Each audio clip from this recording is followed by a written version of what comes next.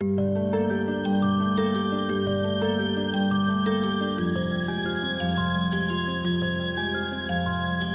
you're a child again. A child who has never been away from home before. Not for one single day. When I was 10 years old, my mother decided she could no longer afford to keep me. I was sent away from the little house in Portsmouth where I had been born, far away to live with my wealthy aunts Lady Bertram and Aunt Norris at Mansfield Park. I had already been taught to be good. Now I was told I must never forget to be grateful. But for a long time, I was only timid and unhappy.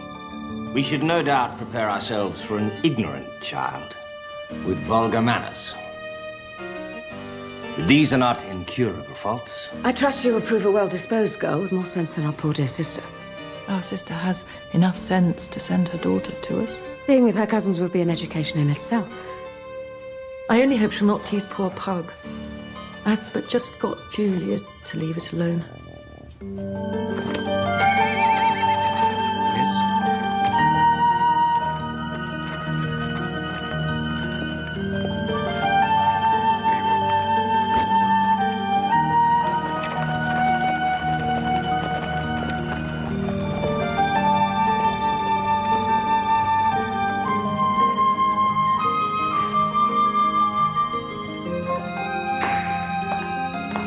Come, Fanny, and meet your cousins.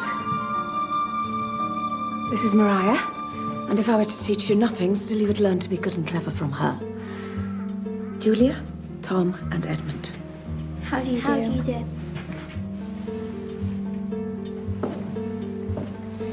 Come meet your uncle, Sir Thomas, and your aunt, Lady Bertram. Jar must be tired after so long a journey. Sit here beside your aunt. Edmund, give your cousin a slice of gooseberry tart.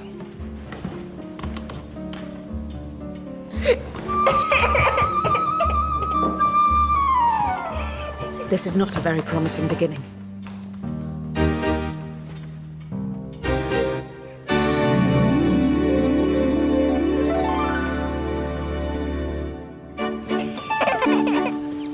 I missed my noisy, merry brothers and sisters and the rough and tumble of my own home.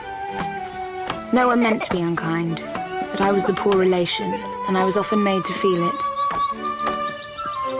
Only Edmund put himself out to secure my happiness. He became my one true friend.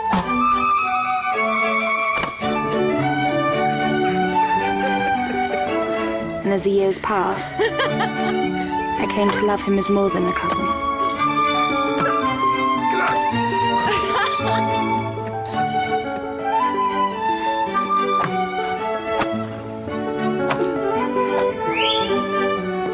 Edmund? Fanny?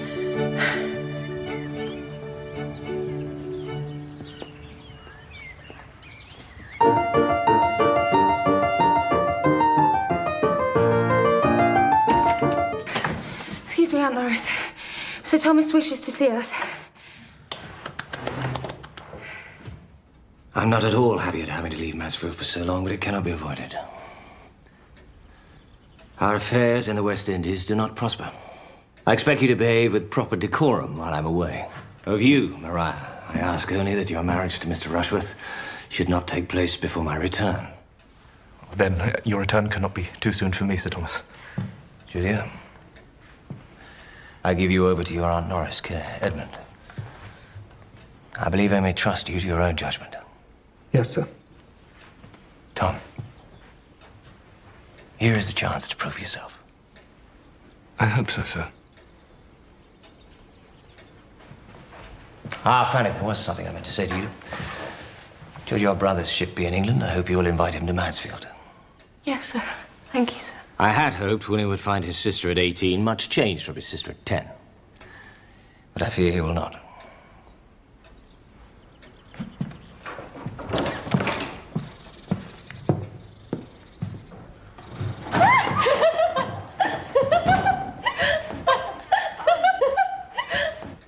With Sir Thomas's departure, it was as if a cloud had been lifted from Mansfield Park. Even for me, there was a spirit of newfound freedom. I was 18, it was summer, and I had never been happier. I thought Aunt Norris was never going to let me out. How did you get away? I told her I had a very tedious errand to run for my cousin. I forgot. Pick this for you. If Rushworth didn't have 12,000 a year, what a very stupid fellow he'd be. Luckily for him, he has.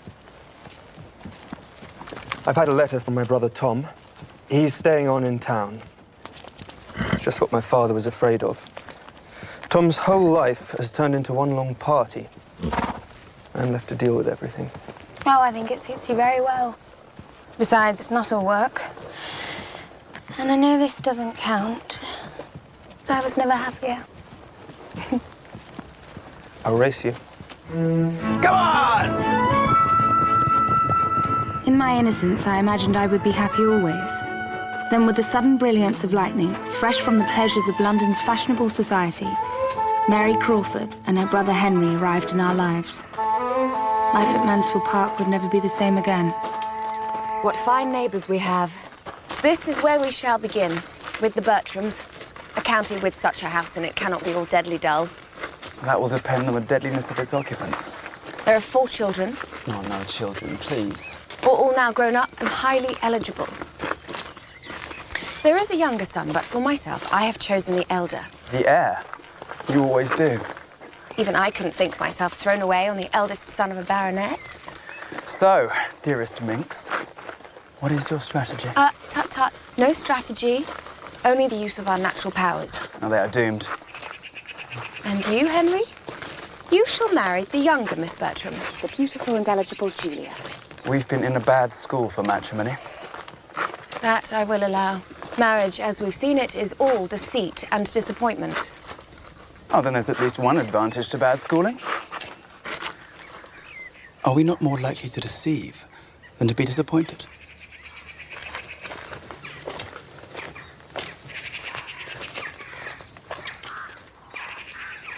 Here they are. One can always rely on fashionable people to be half an hour late. Well, they don't have far to come. I can't imagine a country cottage will amuse them for long. Indeed. Their mother, dear creature, could not endure it above a week. They were pretty as children. How do they look now? Well, Miss Crawford may have the London style, but her prettiness does our girls no disservice. She's altogether too small and too brown. And her brother, my dear, his income may be satisfactory, but his plain, very plain. On the subject of Mr. Crawford's plainness, you must allow Julia to be the judge. I'm sorry that the rest of my family are not here to greet you, Miss Crawford. Your eldest son is not with you, Lady Bertram?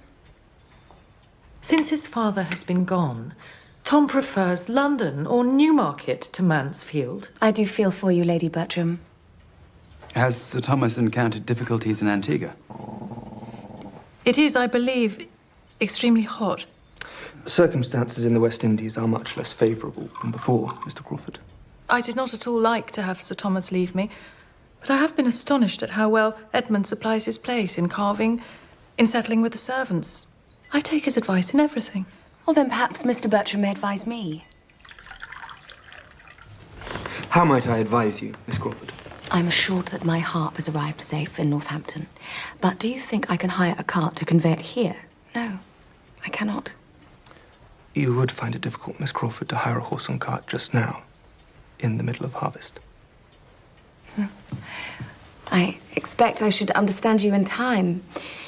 But coming from London, where everything can be got with money, I'm quite put out by your country ways. You could not be expected to have thought of it before, Miss Crawford, but once you do, you must see the importance of getting in the grass. Anyone for more lemonade? Our one disadvantage, Miss Crawford, is that Mariah's wedding has to wait until after Christmas for our father's return.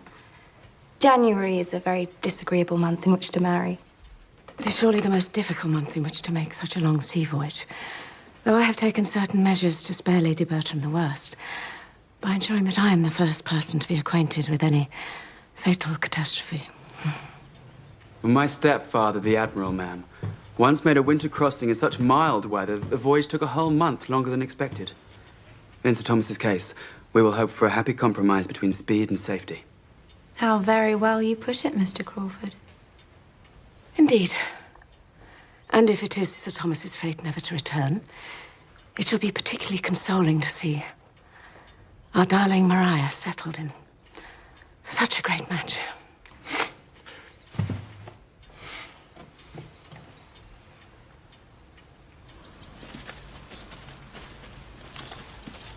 Maria is without her parasol. Fanny. Maria catches a headache, we shall all suffer.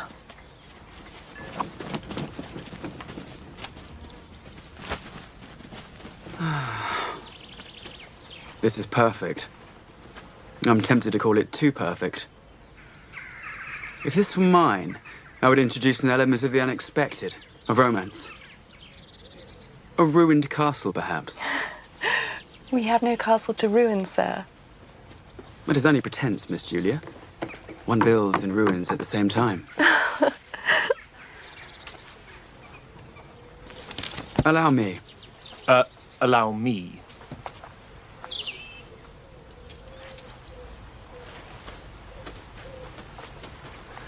Oh, my ankle. Here. Thank you.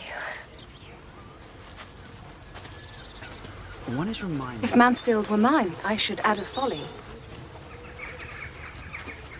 Now that I look at it objectively, Miss Crawford, I like what I see too much to want to change it. Come, Edmund. You must surely fancy a little chapel. Why in heaven would Mr. Bertram want a chapel?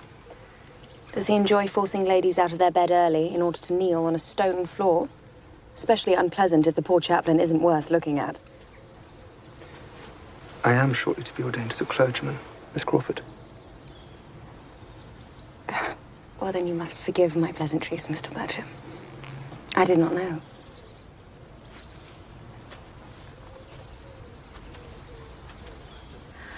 Miss Crawford has been telling me why they're here. My dear, they're not here for the view. The fact is, she cannot possibly go back to the London house with her stepfather. A week ago, the Admiral installed his mistress under his own family roof. Well, I'm not at all surprised.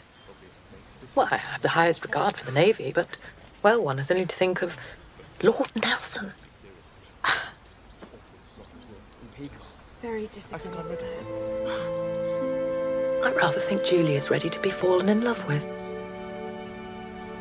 telling me that you don't like women falling down?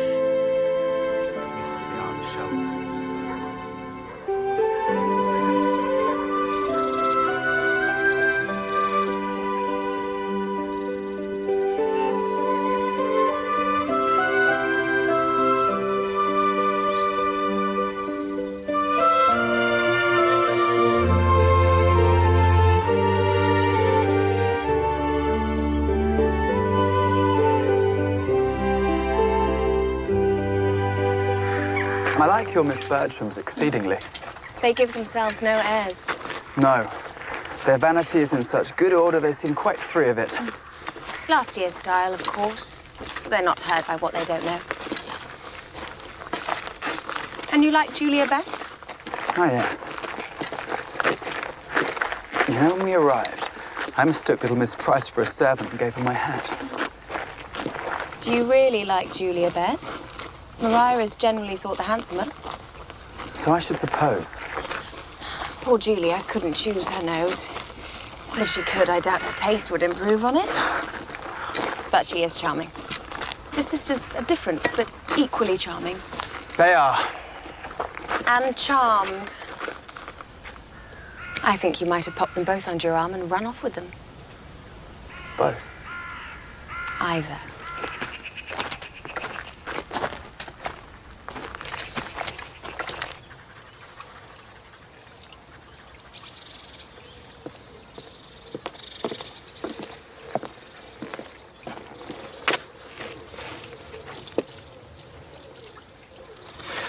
Fanny, what's your opinion of Miss Crawford?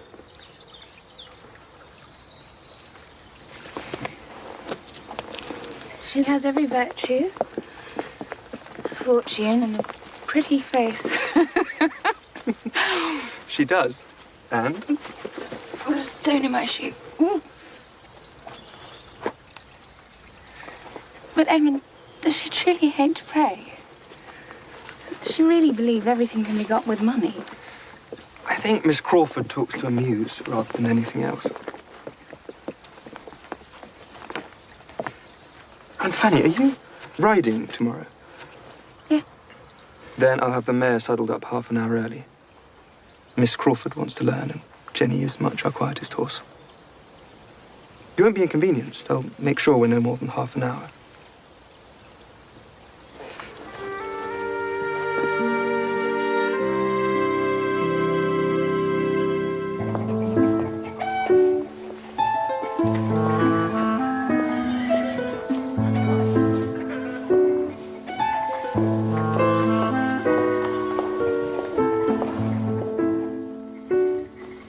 So you are to be a clergyman? I am, yes. I'm surprised. Come, do change your mind. You really are fit for something better.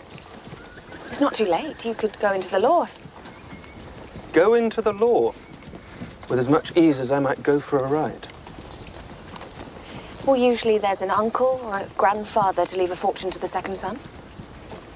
An admirable practice, but I'm an exception and must shift for myself. Besides, even with a fortune, I would make the same choice. But men like to distinguish themselves, don't they? You might be a soldier or a sailor. I might, but I am not. You're a natural rider, Miss Crawford. Well, I have a very good teacher. Fanny, we're late. I'm so sorry. Really, it's of no importance. Oh, I'm sure it is. I do apologize. Your cousin and I had so much to talk about, we quite forgot you. But selfishness must always be forgiven, you know, because there's never any hope of a cure.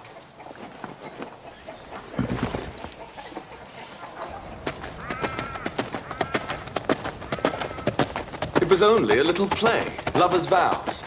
We were just putting it on for a few friends. We were well into rehearsals and we'd all have gone off brilliantly when the Dowager Duchess died and our entire scheme was destroyed.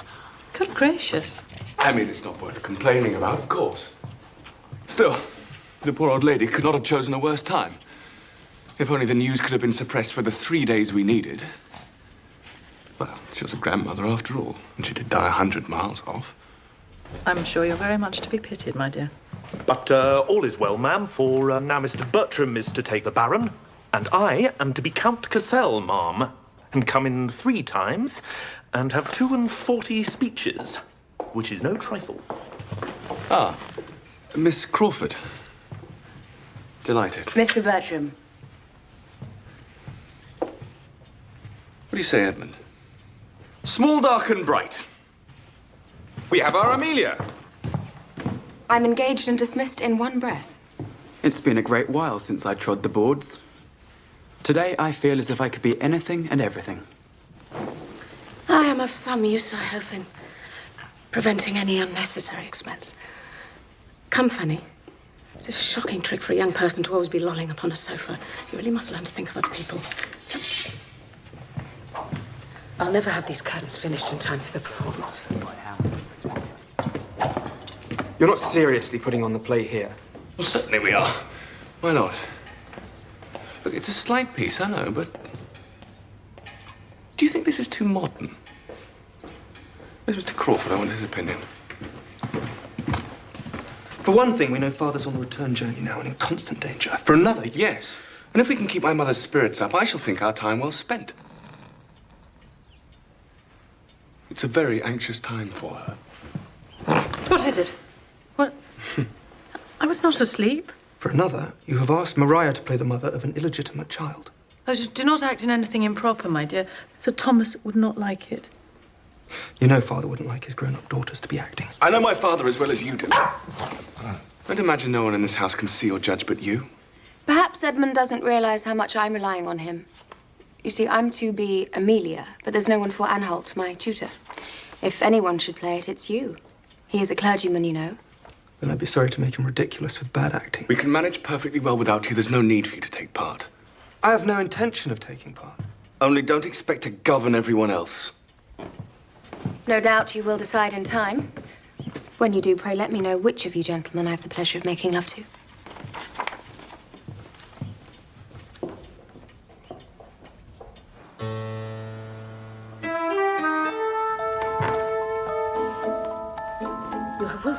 my request? I have leave of I ordered absence. you to Only raise this for you. curtain by an inch. Come down here. Come down here. Such insolence. Sorry, Mum. He who forms my mind. That straight. That he who formed mine. Do you mind not taking part, Fanny? No. Besides, your father would not approve, and I can't afford to displease him. Do stand still, Julia. Do I not look every inch the tyrannical father?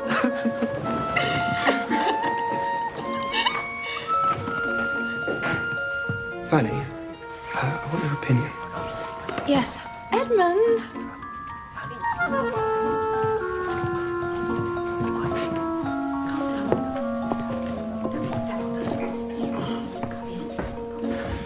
This acting scheme gets worse and worse. They're going to ask an outsider, a complete stranger, to play Anholt. And what can you do? Tom's so determined. There's only one thing. I must play Anholt myself. Well, can you think of an alternative? You said nothing would induce you. I know. Do you imagine I like being driven to be so inconsistent? But it can't be right to let Tom go trawling the countryside for anyone who can be persuaded to take part, no matter who. No, it can't. Then give me your blessing, Fanny. If you're not with me, I mistrust my own judgment. I do see it's not right for Miss Crawford to act with a stranger. Right, but- you're right. She must be spared. Dear Fanny, I couldn't be easy until I'd spoken to you.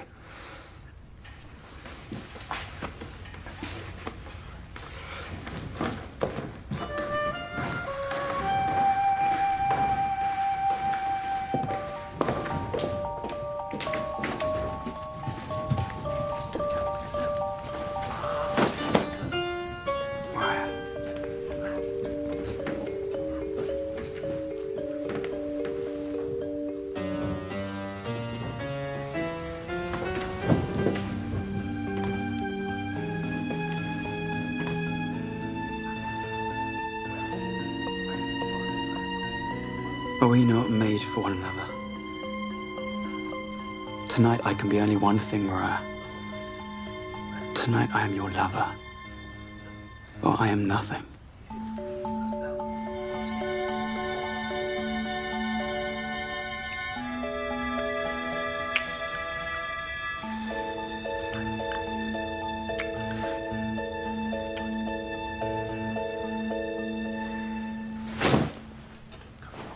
Do you think it's too short? Let me ask Henry. Why, blush, dear girl, pray tell me why. You need not, I can prove it. For though your garter met my eye, my thoughts were far above it. I say steady on there, Rushworth. He is still acting, isn't he? You cannot refuse me. I must at long last hold you to my heart. Now you've made me mistake my lines, Mr. Crawford. Well, then we must rehearse again until you choose to remember them. Get Mariah in shape, will you, Henry? Otherwise we'll never be ready. My pleasure, sir.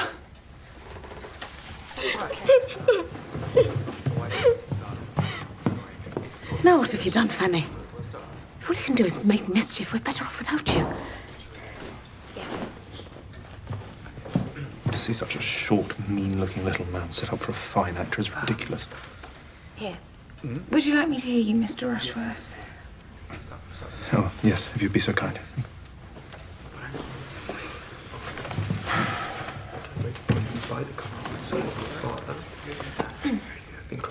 What does the Baron accuse me of? Nothing he himself is not guilty of. But I shall make short work. No, light. Oh! What does the Baron accuse me of? Nothing he himself is... We can't put off any longer, Miss Crawford. And really, you haven't so very much to fear. It is only me. Perhaps we could find a private corner.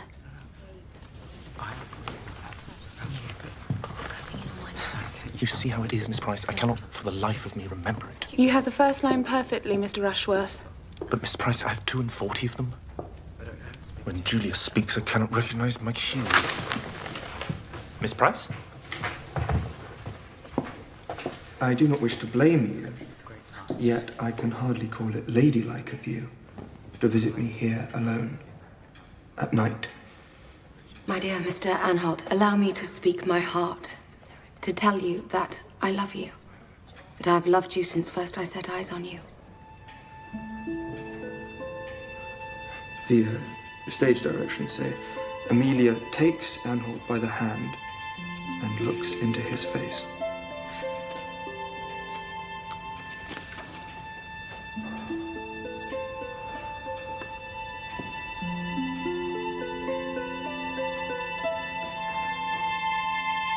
Ah, Fanny.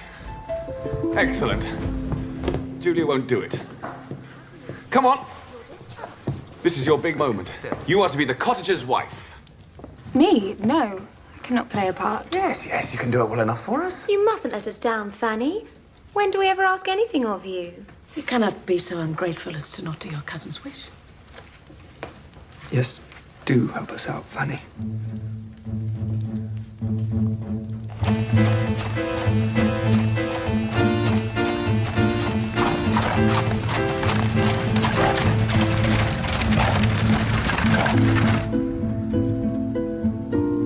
You'll soon get the hang of it, Miss Price. Now, we'll try the moment when you interrupt my scene with Agatha. And you'll find us very well rehearsed. We've been hard at it, practicing by ourselves.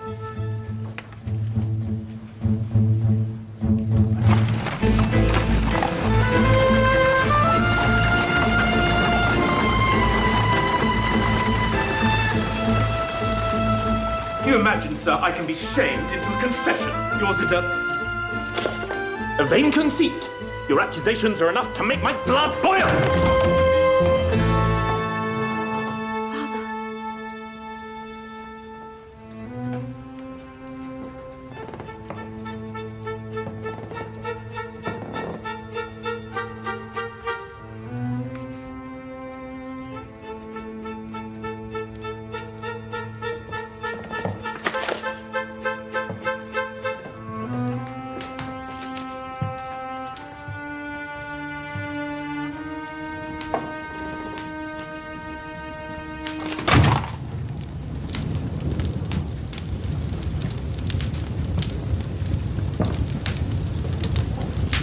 When you arrived, sir, we were going through the first 3 acts. Not unsuccessfully upon the whole. How dare Henry go like that, laughing, and not a word to me? My dear girl, a man like Henry isn't so easily roped. Don't suppose I was the one doing the chasing.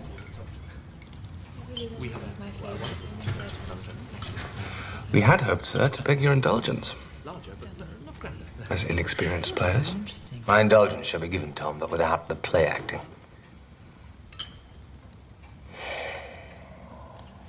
Do you find Mr. and Miss Crawford agreeable acquaintances? Indeed. Mr. Crawford is very pleasant, and Miss Crawford is a lively, pretty girl.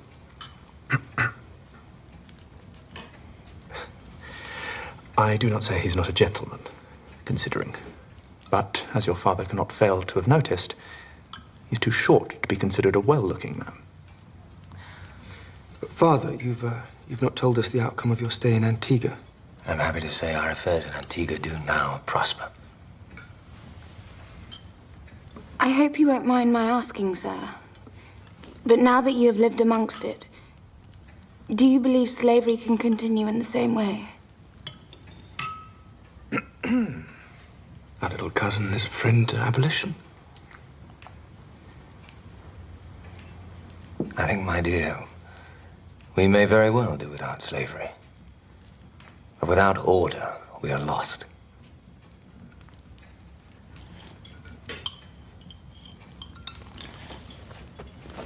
You must excuse me. I am unwell.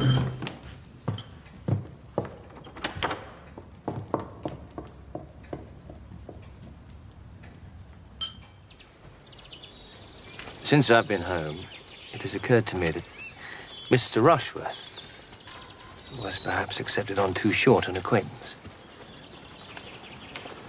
I'm well aware what an advantageous alliance it would be for you and for the family But you must not sacrifice your happiness to it. Marriage is a serious undertaking. You have no particular reason to repent your engagement. Over dinner, I wondered if perhaps some new acquaintance had made you regret it. Not at all. If it is your wish, I may still act to release you.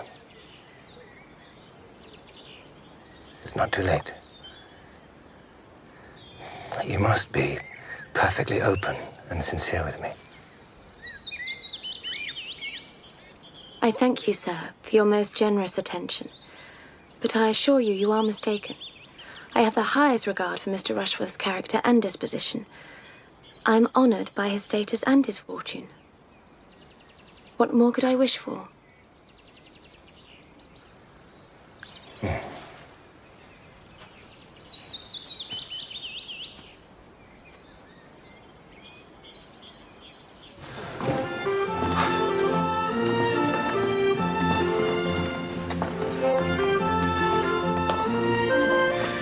Oh, how wonderful.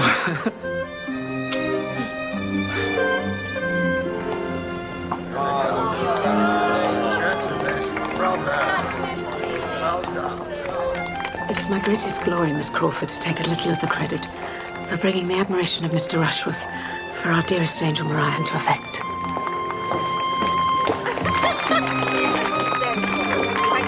Thank you, Edmund. Maria, you must write to me every day from London and tell me all about it. Congratulations, Mr. Rushworth. Goodbye.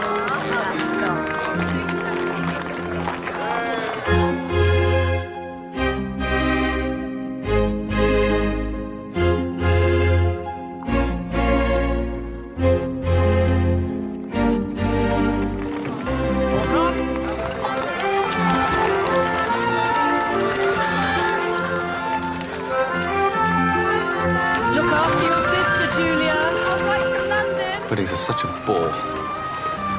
Thank God the racing season started so I can escape. Even Father wouldn't insist I'm here through Cheltenham. I need another drink.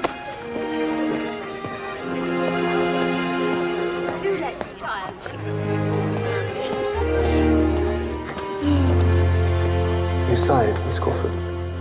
Waving goodbye to your sister has made me wonder what there is to keep me at Mansfield. Will you not stay for my sake? I confess I can imagine it being pleasant enough to spend half the year at Mansfield. But in a country cottage? No. Might you not feel differently in time? You think I should be the one to change? I doubt it, Mr. Bertram. I'm stubborn, you know. And I always get my way in the end.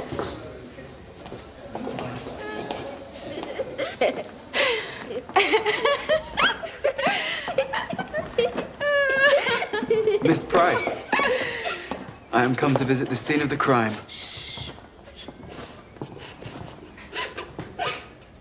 I shall always look back on our theatricals with such pleasure. We were alive. I was never happier.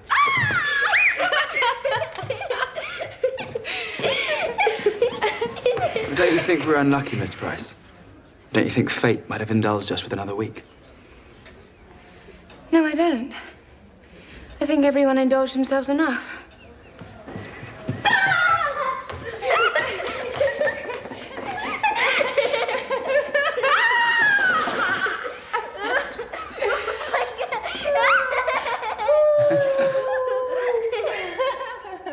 Well, that was a very proper wedding. The bride was beautiful, the bridesmaids suitably inferior.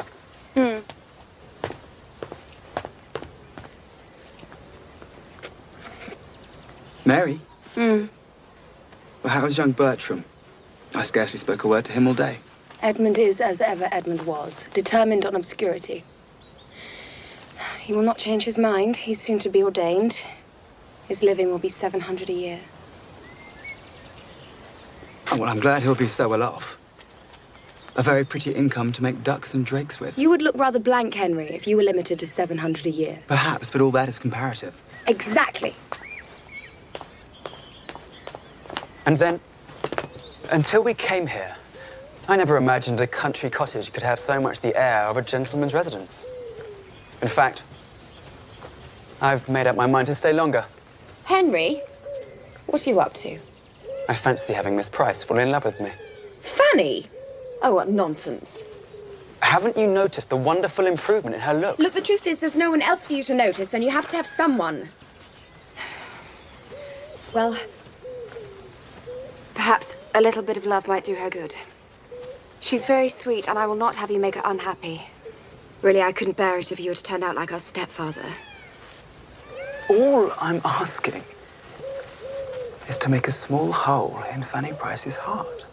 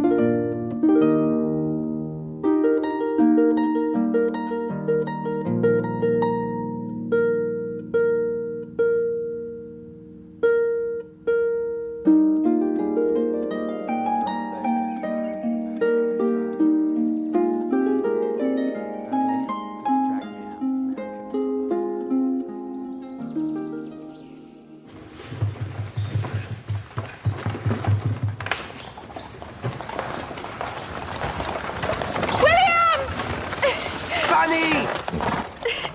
My dear sister!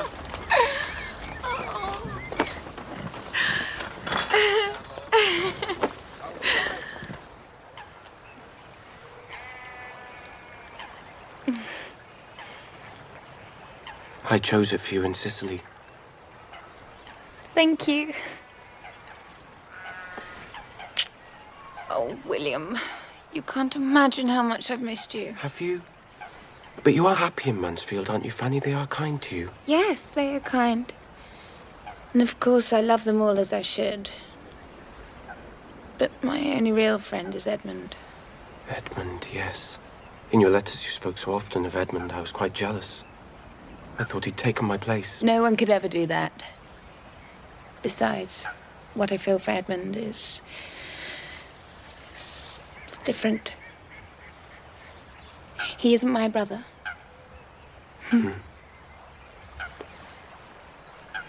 Just off Trieste, we chased the enemy sail until we were close enough to fire on her, at which she returned our salute with a broadside that came scouring along the decks, tore through the foresail, made a large dent in a brass gun, rebounded away into the open sea. Good heavens! Amazing. Luckily, we were all on the contrary side, or it would have killed and wounded a good many. Dear me, how very disagreeable. I wonder anyone can ever go to sea. I couldn't feel more differently. When listening to Mr. Price, I envy him every danger. To have gone through such hardships. And the glory of such heroism puts me to shame. There is nothing heroic about what I do, Mr. Crawford. I'm just an ordinary midshipman. It's still a remarkable thing to have given such proof of character so young. I do wish to distinguish myself, sir. But the truth is, I have no commission as yet. Sometimes I think I'll never be made lieutenant.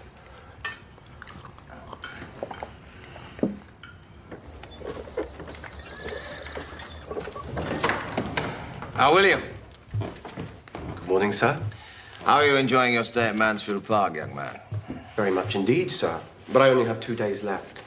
And tomorrow is Fanny's birthday. Of course. Well, then we must celebrate. I have not seen Fanny dance since she was a little girl. What say we throw our niece a ball before her brother goes back to sea? It's high time she came out. Surely not. Must I? Well, indeed you must. It's your birthday. Then may I not have my own way? No, my dear, you may not. Because it is your day, it is your duty to consider everyone else. We need only make a small party. But may I not choose the occasion? I should like it to be the same as the last birthday I had with William. A picnic. A picnic? I see nothing against that. Thank you, Sir Thomas. A picnic indeed. A picnic for half the county. The nonsense and folly of people stepping out of their rank. Now that you are to move into company, Fanny, you must never forget, whatever the occasion, you must always be the lowest and the last. Oh, I shall never forget that. Unless, of course, I'm enjoying myself too much to remember.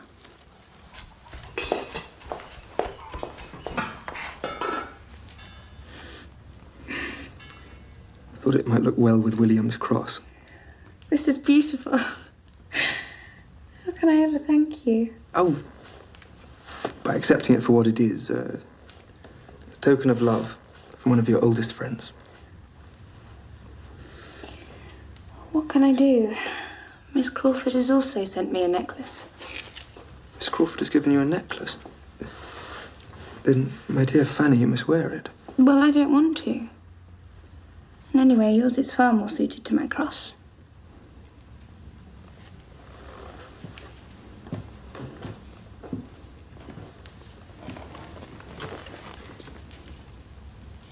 How extraordinary that she and I should have had the same thought.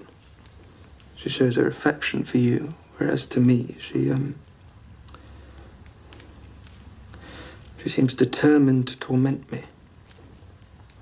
I'm sure she doesn't mean half the things she says, but you know, the kind of life Mary wants. Hectic, fashionable life in London. Could I ever live as she wants? Well, what about the life you want to live? Haven't you always said that being a clergyman isn't about having a comfortable parish or even preaching a good sermon? It's about living a good life. Yes, and so it is.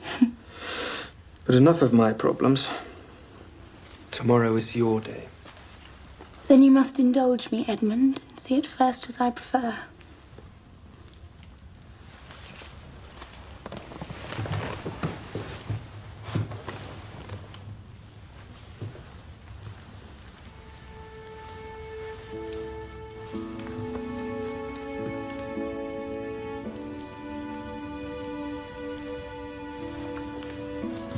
There.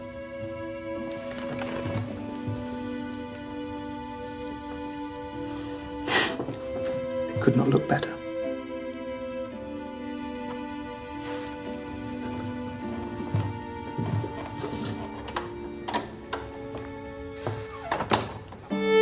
One, 2, 3. Off you go.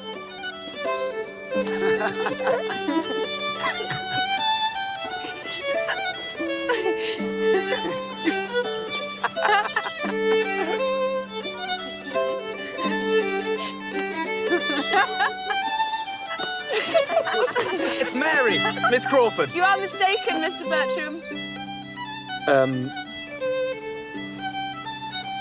I cannot guess.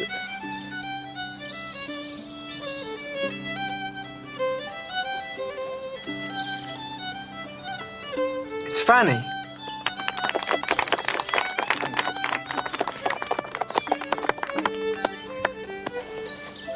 Well, I should have known you, Miss Price. May I?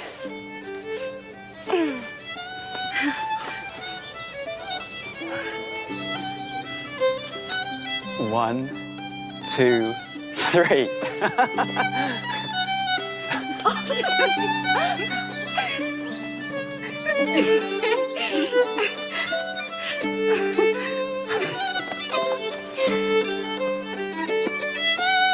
James, Buster James.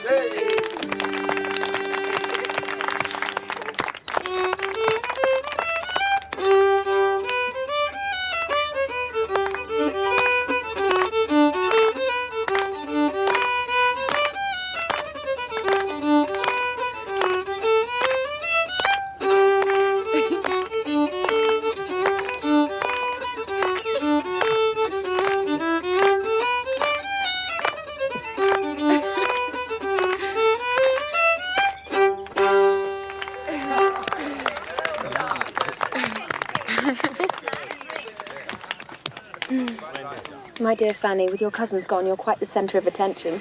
I think I prefer being overlooked. Oh, no, you must learn to enjoy it. It serves no purpose to blush unseen. Not that you do. Did you know that Henry's taking William to London tomorrow? No. He is. They're going to dine with our stepfather, the Admiral. I've never seen my brother take so much trouble over anyone before.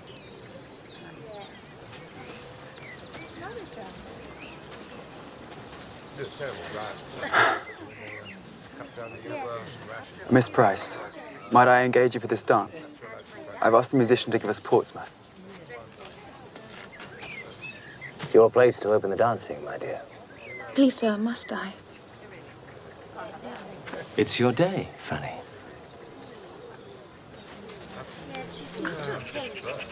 Take your places for a dance. What a pity this is the last time I shall dance with you, Mr. Bertram. Why is that? Because the next time we meet, you shall be a clergyman. Yes, I go to York tomorrow. I've never yet danced with a clergyman, and I never will. You are especially playful this afternoon, Miss Crawford. You think if you shake me hard enough, something serious will drop out. But I assure you, I am profoundly shallow. A large income is the best recipe I ever heard of for happiness. Then your happiness is forever beyond my power.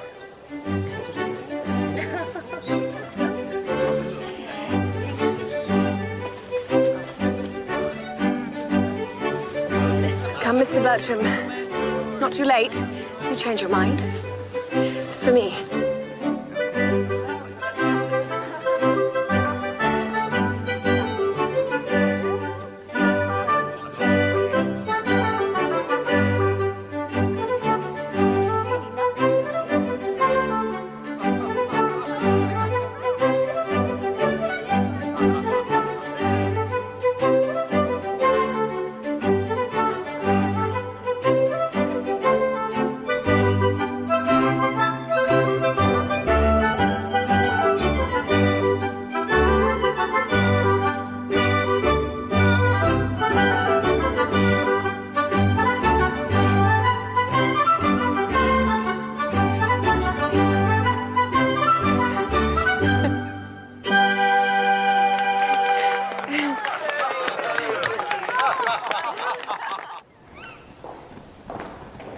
Here you are.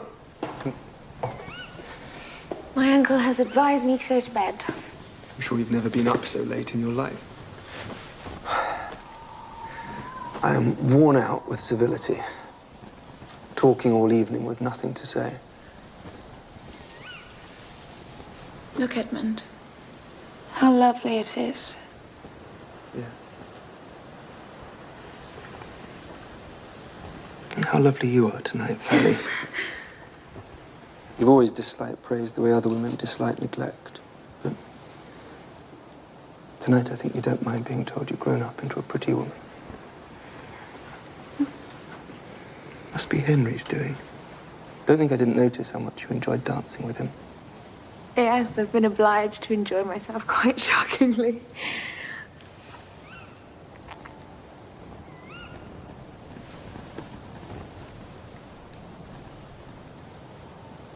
There's Arcturus, looking very bright.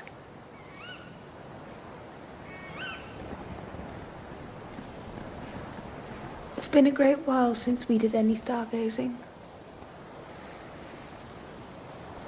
I don't know how it's happened, but yes, it is a very great while. I will be back soon.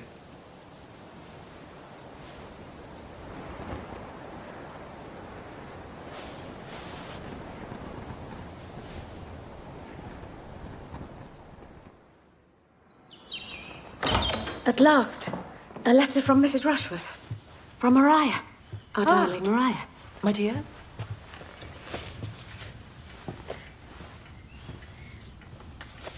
My dearest Mamma, last night I gave my first party. It was a sensation. I cannot tell you, Mamma, how very tippy it is to be queen of the fashionable world. I have everything my heart desires, and my comfort as a wife is complete. Mr. Rushworth is presently in Bath visiting his mother, and Here is something I can't quite read. Mr. Rushworth is in Bath. Maria is alone in London. Edmund is ordained, and Tom's absence I'm resigned to, but I wish they would not all leave us. I'm glad we took Fanny in as we did. Now the others are away, we feel the good of it. And it is such a comfort to know we shall always have her. Excuse me, miss, but Sir Thomas would like to see you. Surely Sir Thomas has asked to see me, not Fanny. No, madam. Sir Thomas asked for Miss Price.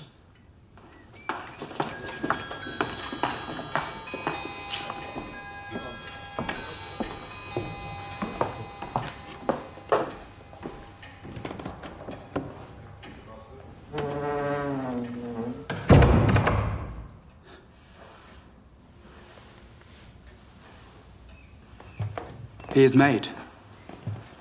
I have the infinite satisfaction of congratulating you on your brother's promotion. Your brother is a lieutenant.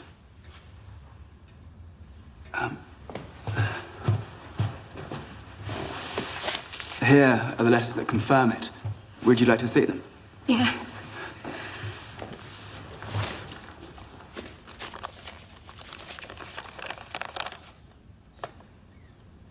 And has all this been your doing? Good heavens. Was it at your request? I am astonished. Well, I went to London so as to introduce your brother to my stepfather. Yes, that was very kind of you. I wanted the Admiral to exert whatever influence he might have for getting him on. That was my purpose, my chief purpose. Although I confess that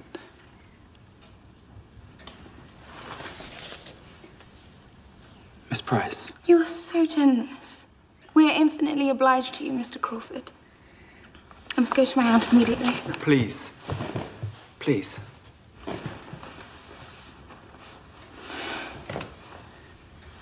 Please.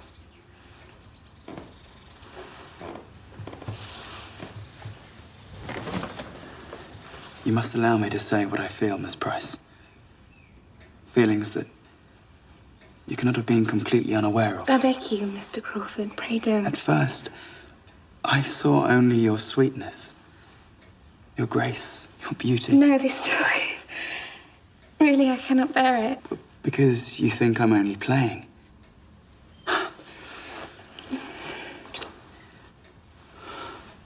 I love you with all my heart. I shall never, never cease loving you. I give you myself. My hand, my fortune. Are we not made for one another? Tell me. You must tell me you feel something for me in return. No, no. I can't believe a word you say. I've seen you do all this before.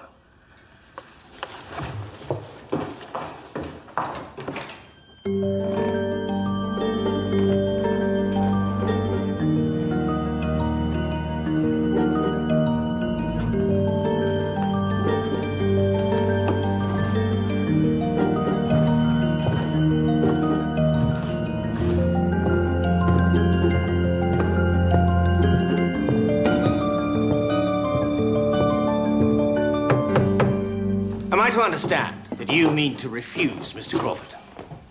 Yes, sir. What is your reason? I cannot like him well enough to marry him. Here is a man with everything to recommend him. Yeah, I'm half inclined to think, Fanny, that you do not know your own feelings. No, but I do, sir. As soon as I was aware of them, I disliked Mr. Crawford's attentions. Did you indeed? You're so young, you've scarcely met anyone.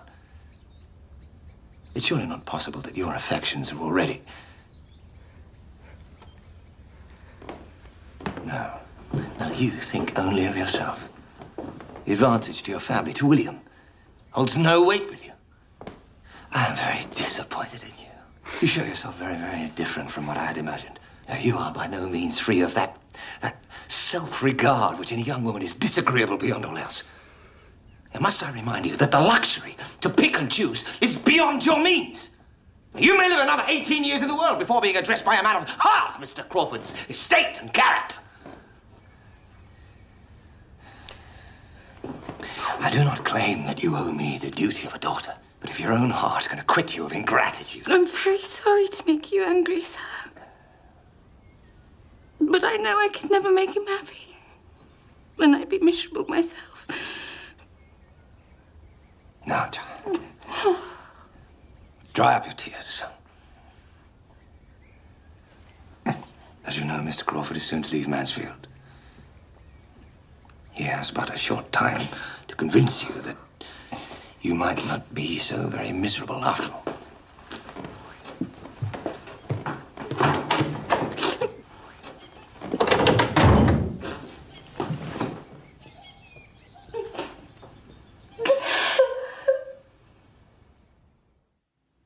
The moon shines bright.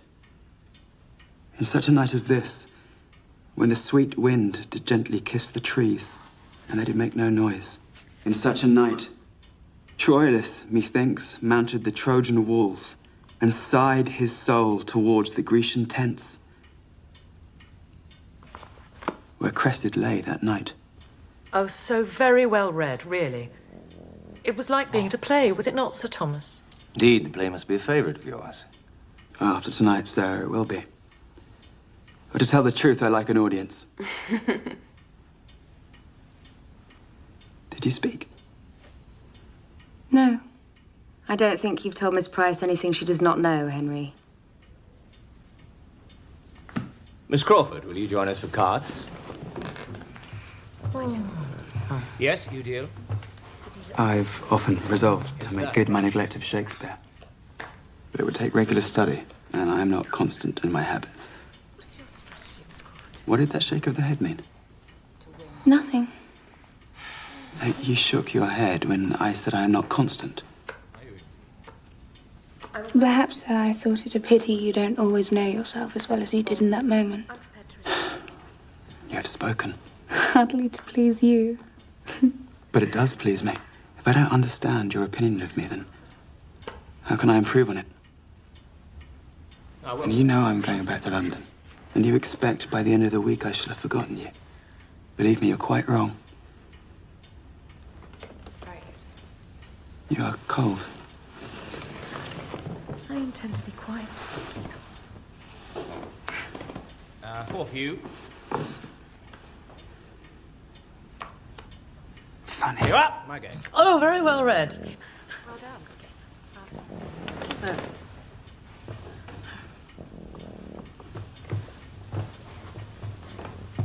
My dear Miss Price. Now the moment has come. I hate to leave Mansfield. Good, gentle Fanny. I don't know how it is, but you will have so much more heart than one usually finds in the world at large. And I confess, I would like to have seen Edmund once more, ordained or no. There were things I said to Edmund that I wish unsaid with all my heart. Would you tell him so, Fanny, from me? Me? No, you must not leave me with such an errand, Miss Crawford. Well, at least you will give him my compliments, I hope. Is there not a word missing in our language, Miss Price? Something between compliments and love. Edmund, how is the ordination? You're going absolutely splendid. Very much complimented us. Thank you. Badly told me you had something very important to discuss. I have an unusual request to make of you.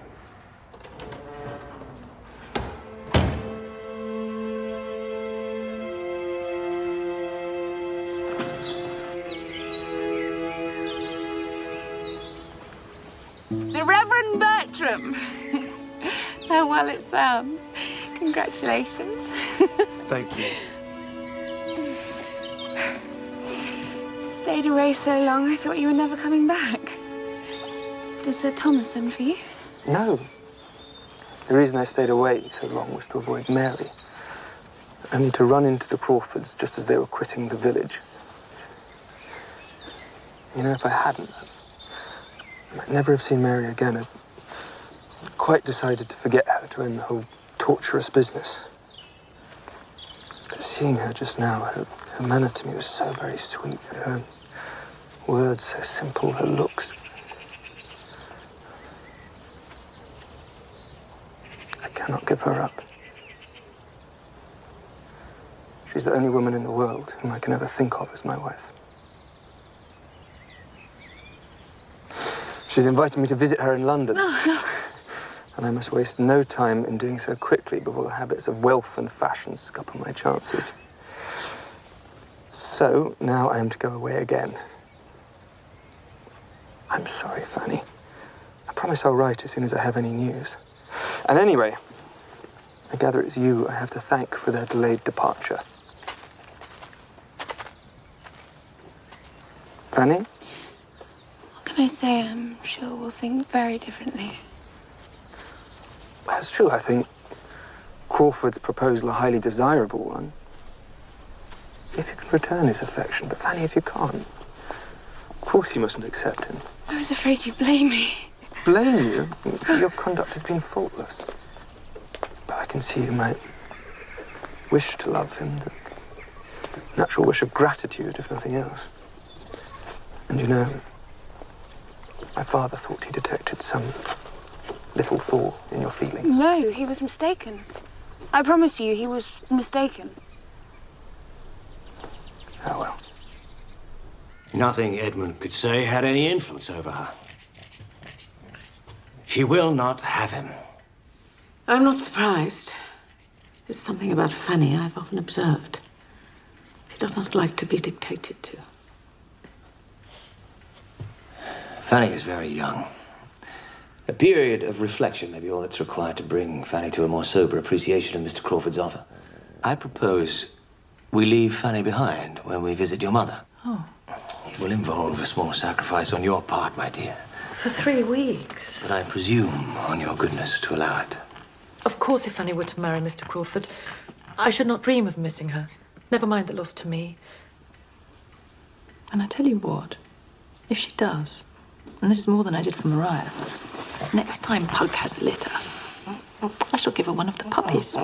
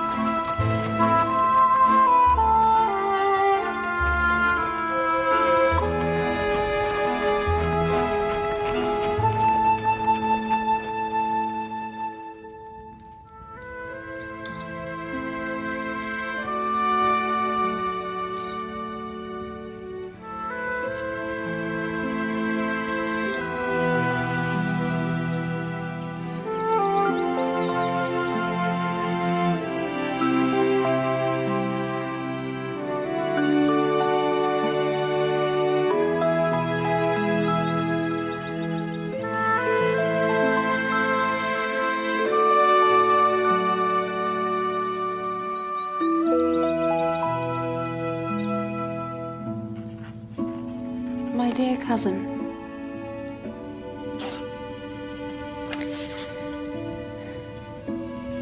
Dearest Edmund, perhaps it is because of my present solitude, but I cannot stop thinking of our last meeting. And I so wish... I wish...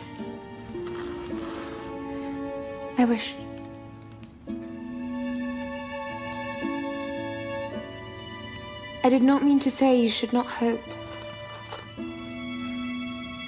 Life without hope is intolerable, and even I, in my secret heart, dare hope that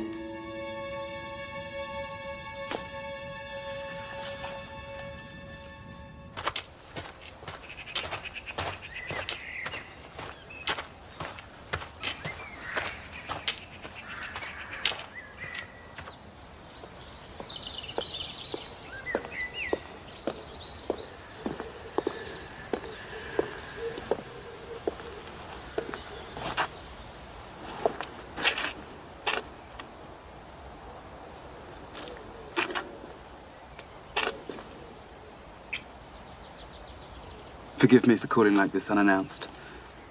I had such a desire to see you. And here you are.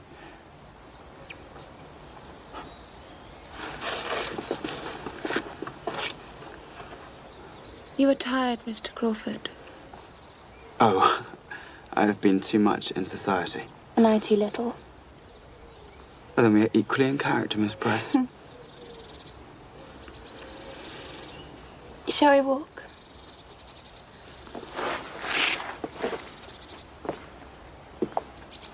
Have you news from London, Mr. Crawford? Nothing of any interest. No war, no fire, no revolution. But Maria and Julia are tireless followers of fashion. And even Edmund has dined several times at Maria's, where, as you may know, my sister is living at present. Mary's appetite for society remains undimmed. And Tom? Oh, we see no more of Tom than you do. The last I heard, he was at Newmarket, continuing his giddy career of drinking and gambling. Whereas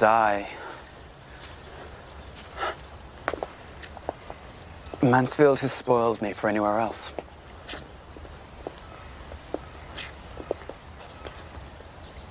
Or perhaps, living with this all the time, you no longer see its beauty. But to me, on a day like this, it is an uncommonly lovely sight. Oh, I think so too. I can imagine nowhere lovelier than Mansfield Park. You see, I haven't forgotten about you, Fanny. Not for a moment. I've been thinking of you constantly. Have I not proved myself? I just don't know how to answer you. Oh, you know how to answer me. Just give me some sign, Fanny, no matter how small. Tell me I may look forward to being happy.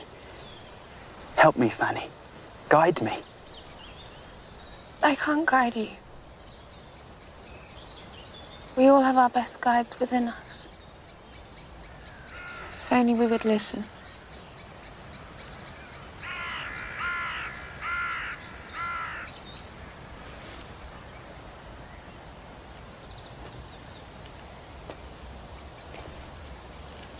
Well, leave me to my own judgment then. But my better self, as you well know, is in your keeping.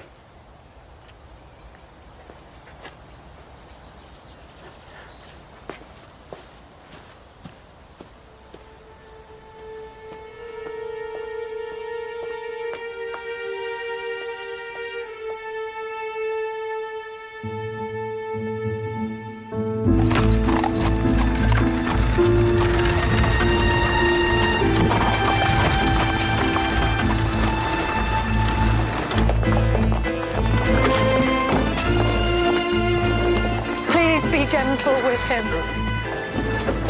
Carefully now. Oh, Tom.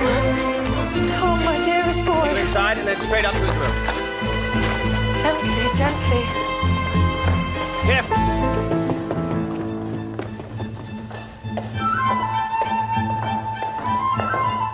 Thank God we have you, Fanny. Go to my mother. She needs you.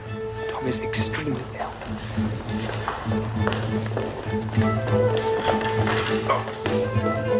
Oh, Fanny. Dear Fanny. Now I shall be comforted. He had been drinking a good deal, Fanny. And after he fell, he neglected himself until he brought on such a fever that he hardly knew who or where he was. Finally, his physician insisted on calling us to him. And now, they've fear for his lungs. I'm so very, very frightened, Fanny. I'm sure I daren't go near him. With my weak chest, it could prove fatal. I'm sure we have more reason to hope than to fear. Dear Fanny, pray God you are right. But now, I am guided by Sir Thomas in everything. But can it be right for him to go away again at such a time? Sir Thomas is leaving us. Now.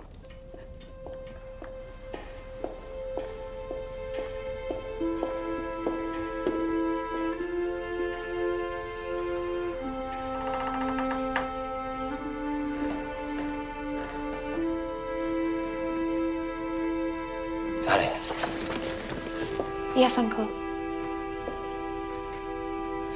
Come in a moment.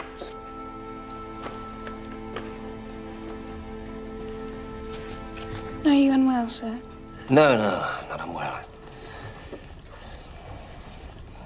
It's certain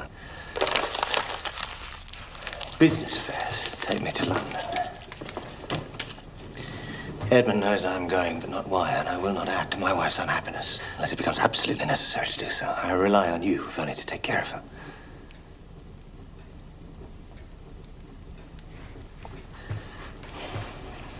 I may be disappointed elsewhere, but in you, my dear, I'm blessed.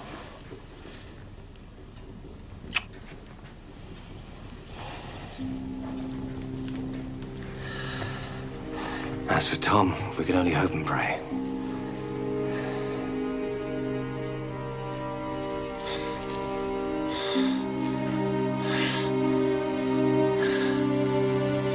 My first task is to bring the patient's temperature down.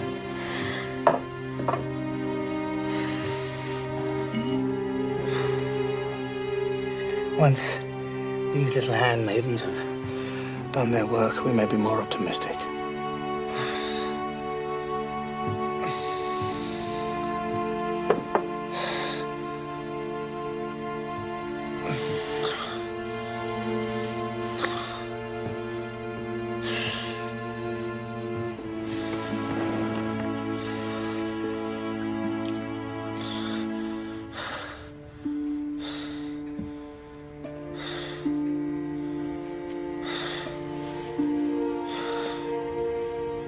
You saw Miss Crawford in London? Yes, every day. But not once alone. She was in a pack all the time. She danced a great deal. She spoke a great deal. Said nothing sensible or even kind. She was, I suppose, her London self. Like a stranger with whom I had to argue every little point.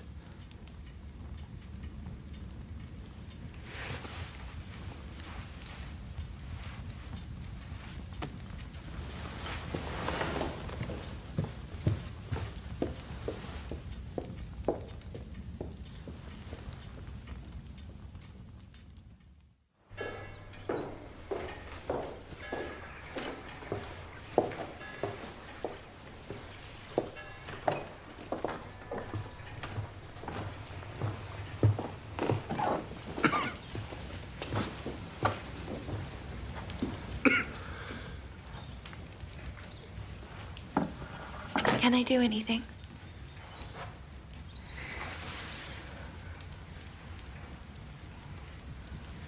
Let Fanny read to me. You're bored with me, are you? Well, I could do with a pretty face to look at. Our patient is improving. Let me guess. The racing news? Every word. And no objections, please. I warn you, Fanny. Illness has brought out Tom's true nature in all its wonderful ugliness. He is a tyrant. Well, I shan't let him tyrannize me. We'll see about that. You'll give way. You're too kind to quarrel. You should not rely on it, cousin.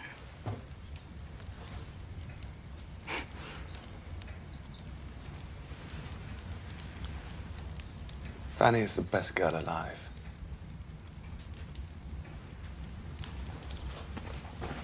It's 4-1 on Little Scott, and Remnant beat Swallow by 2 lengths in the second meeting at Newmarket on Monday. 3-1 on Robinson.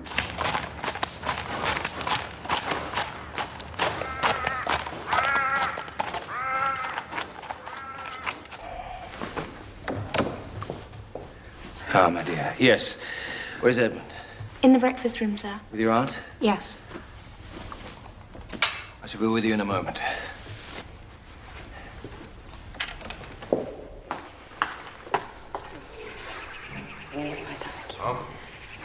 These are sad circumstances in which to meet again, Miss Price. surprises me that Tom's sisters are happy to stay in London, but you are here. And I will do anything I can to help and comfort. Poor young man. If he were to be cut off now, in the flower of his days, it would be most tragic. None of us are troubling to be quite so pessimistic, Miss Crawford. I am justly reprimanded, but pray don't misunderstand me. By my honor, I never bribed a physician in my life. However, should Tom die, then wealth and consequence could fall into no hands more deserving of them. Is Edmund home? Am I come too late?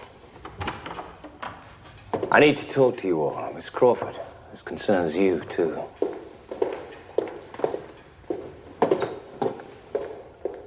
My dear, I have to ask you to be brave.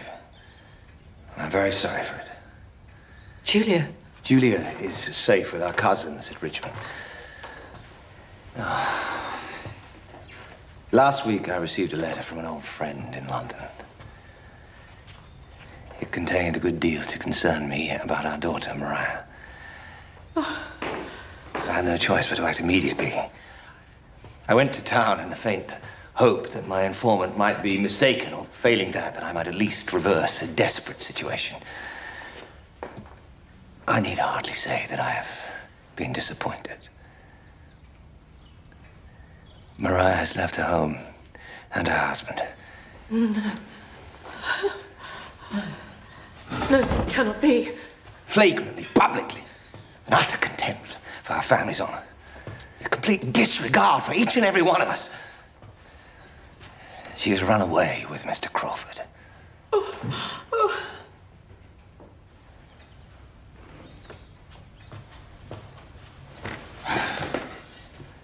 I'm become aware of my errors too late.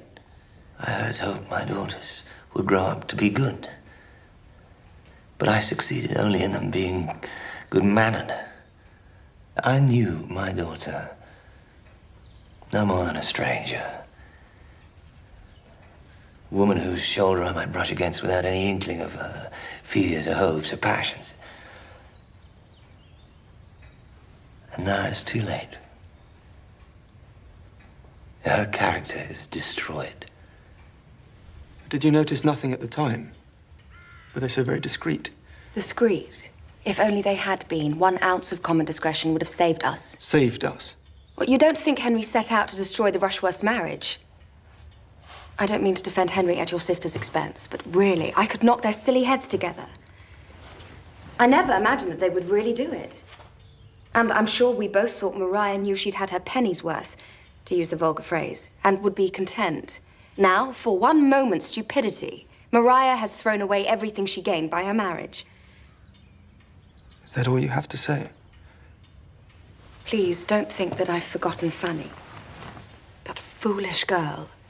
If Fanny had accepted him, they might now even be married. And Henry's relationship with Mrs. Rushworth would be no more than a harmless little flirtation. Enough! You've said enough. Forgive me, but I have not yet made my point.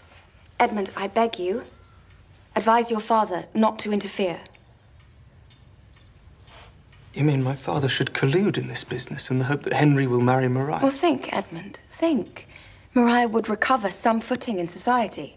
Not all, of course, but should the worst happen with your brother, then I mean, you and I, Edmund, would be in a position to help Maria and accept her back here at Mansfield. I cannot believe what I'm hearing. Have you no sense of what this means? All you see is folly. A little embarrassment we can overcome if only we're sensible and we think straight for 5 minutes. Society will forgive us. What do I care about society? My father's shame will last forever. And my mother's grief, and I...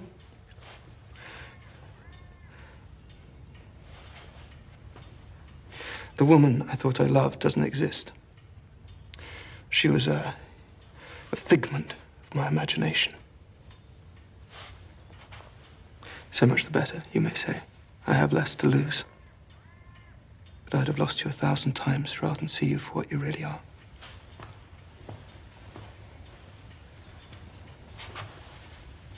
A pretty lecture, I must say. Will it be one of your sermons? Love is supposed to endure disappointment, is it not? Or so I am told. Goodbye, Miss Crawford.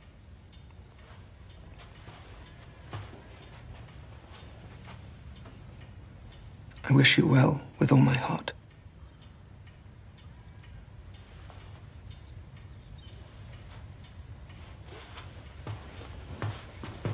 Edmund!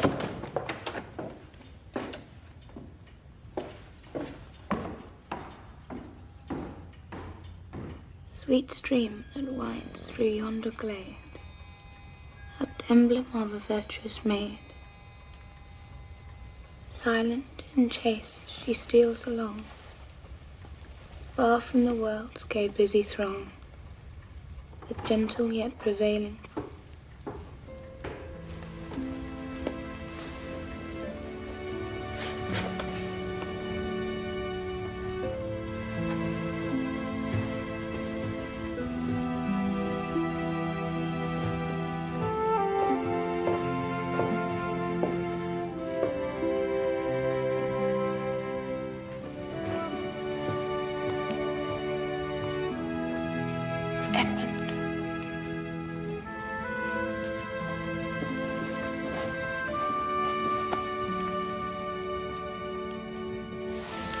How I was deceived.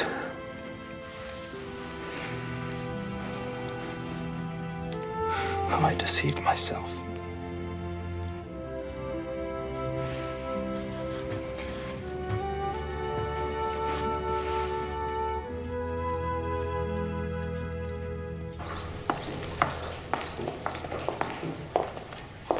This is all you're doing. You think of nothing unknown but yourself. If you'd have accepted Mr. Crawford, none of this would have happened. Mariah's letter shows her to be deeply unhappy, Sir Thomas. So unhappy, I cannot but hope if you were to go to her, she might be persuaded to leave Mr. Crawford and return home. Mr. Rushworth would not have her, Mum. I mean to say she might return here. That, I fear, is impossible. As a daughter, Mariah may count on me always to secure her comfort and protection. Further than that, I cannot go. Even her mother doesn't expect it. You mean Mariah is to be sacrificed for the sake of Fanny's niceness? I mean nothing of the sort. If you feel it is your duty, Mrs. Norris, to be Mariah's companion in her grievous situation, then you may feel free to go.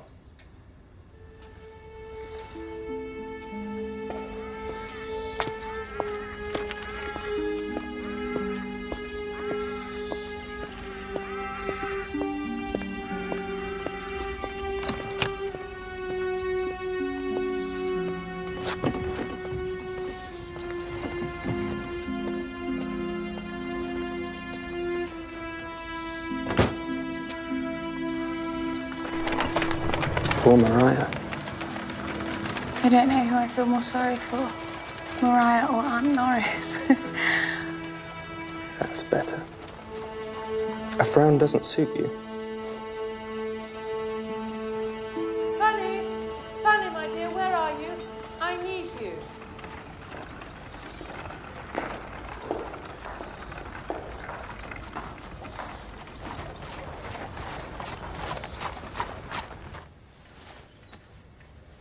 Which should I use here, Fanny? The purple wool or the maroon? The purple, Aunt.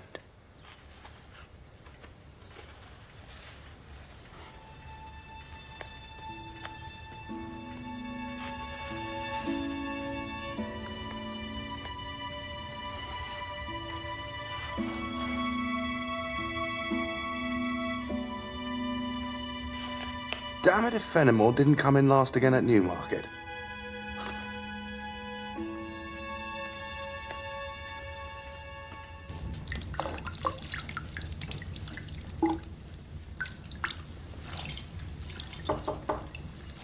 It's only me. Edmund, come in. Oh, sorry, I No, didn't no, realise. really. Come in.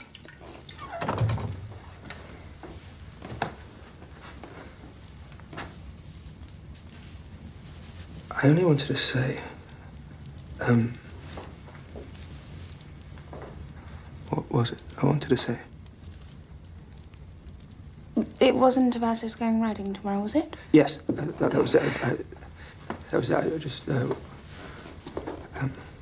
wanted to be sure you hadn't forgotten. I hadn't. Well, good. Glad.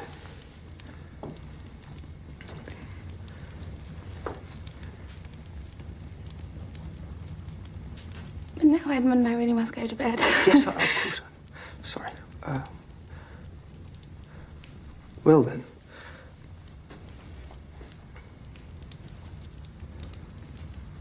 Good night, Fanny. Good night, Edmund.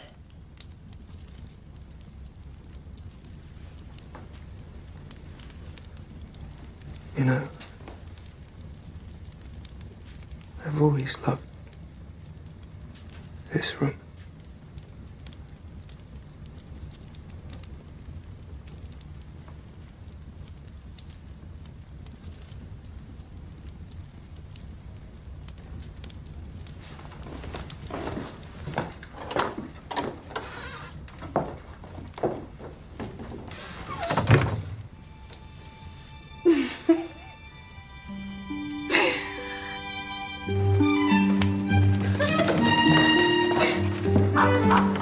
Fanny, I really do need to talk to you.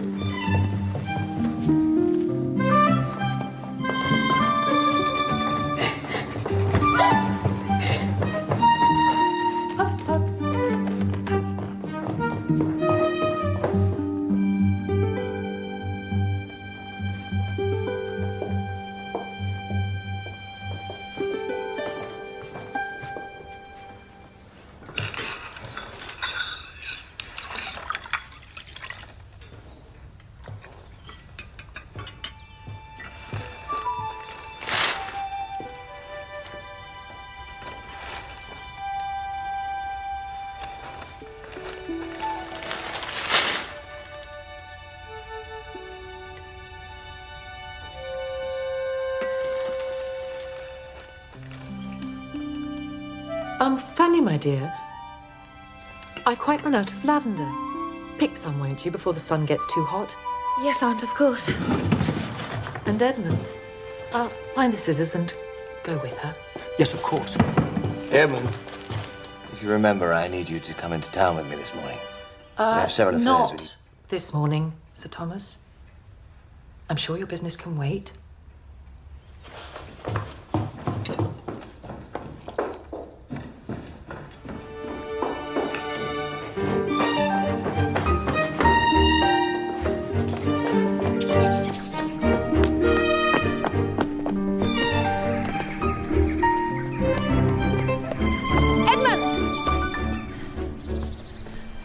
Fanny.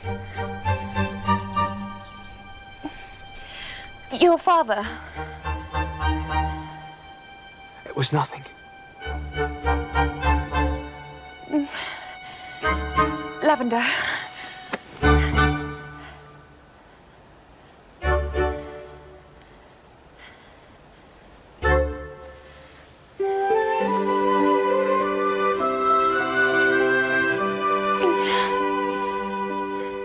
I love you. I was blind. Forgive me.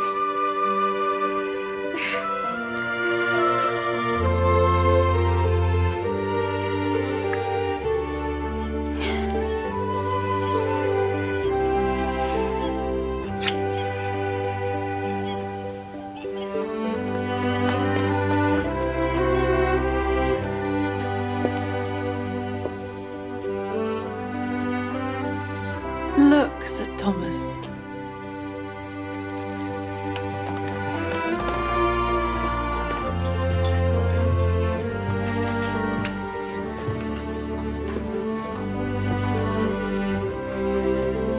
Now perhaps Edmund will at last think to ask Fanny to marry him. Ask Fanny to marry him? But surely... Oh, my dear. Fanny has been in love with Edmund since she was a little girl.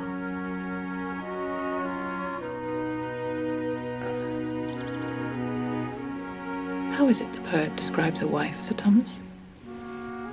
She's heaven's last best gift, my dear.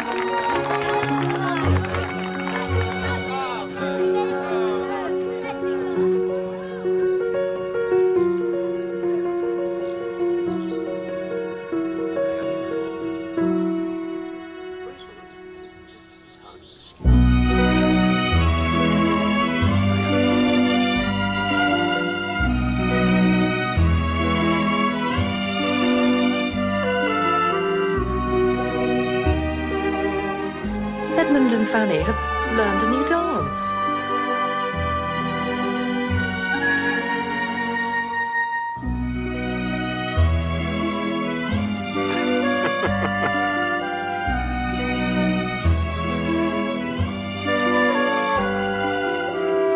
Is it possible to be so happy?